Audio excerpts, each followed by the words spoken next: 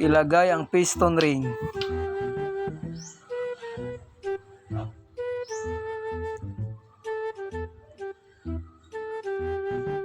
Ilagay ang bore gasket.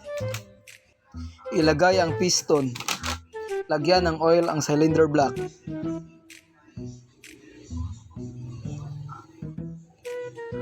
Ilagay ang timing chain. Ipasok ang dalawang roller guide. Higpitan ang Allen bolt. I-assemble ang cylinder head.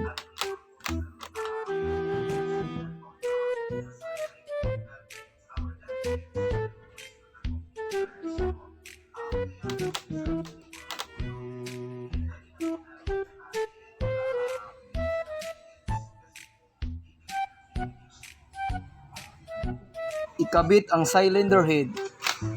Higpitan ang dalawang